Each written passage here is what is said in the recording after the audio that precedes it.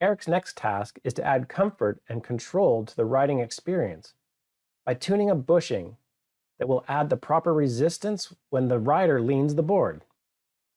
Let's test the real-world behavior to optimize this design. Eric will test different shapes and materials for the rubber bushing. The current design uses a simple block, but he has a couple of different ideas to consider as well. A B-shaped design to buckle in on itself, and another shape leveraging an elliptical cutout.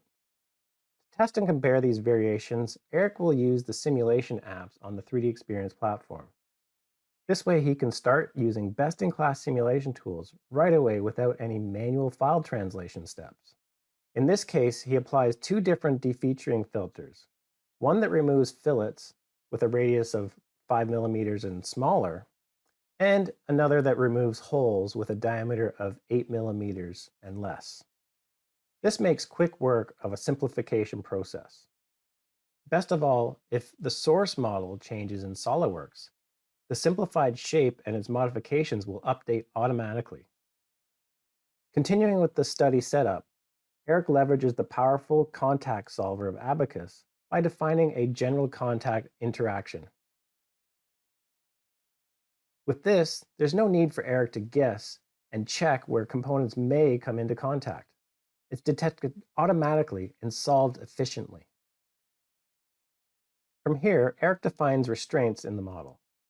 A clamp to hold the bottom in place. Then a hinge that allows the top to rotate, and then a fixed displacement for the selected translations and rotations to represent the pivot bolt. An applied rotation of 15 degrees is defined to the top, with a predefined amplitude that enables Eric to specify exactly how and when the components will move. Before Eric can solve his scenario, he defines a mesh to accurately capture the geometry.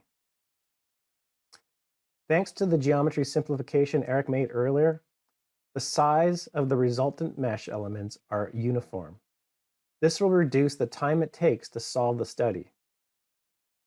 For the plates and rubber bushings, Eric uses a swept brick mesh. Not only does it make it quick for the parts to mesh, but the brick element type is best suited for solving this high degree of deformation of the nonlinear hyperelastic rubber material we're using.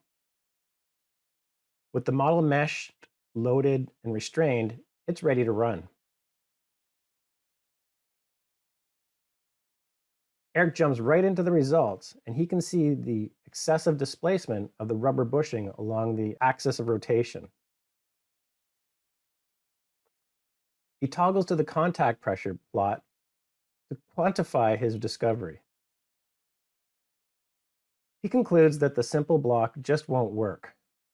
In a similar fashion, Eric toggles to the resultants of the B-shaped bushing. His design shows improvements, so Eric takes a closer look by changing the transparency and visibility of the components in his view.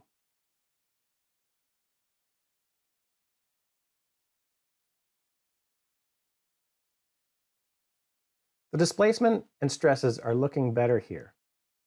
But what does this mean for the rider? Eric creates an XY plot to graph the reaction moments of the applied rotation to reveal how much force is required by the rider.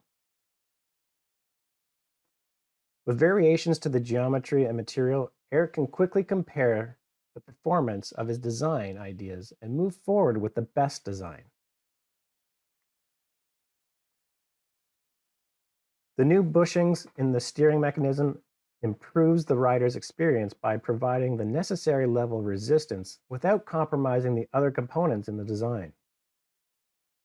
By leveraging industry-leading simulation tools, Eric was able to easily reuse his CAD model, simplify the geometry, set up real-world loading conditions and materials, mesh the model with optimal mesh types, and produce his results to understand how his ideas would perform without making physical prototypes.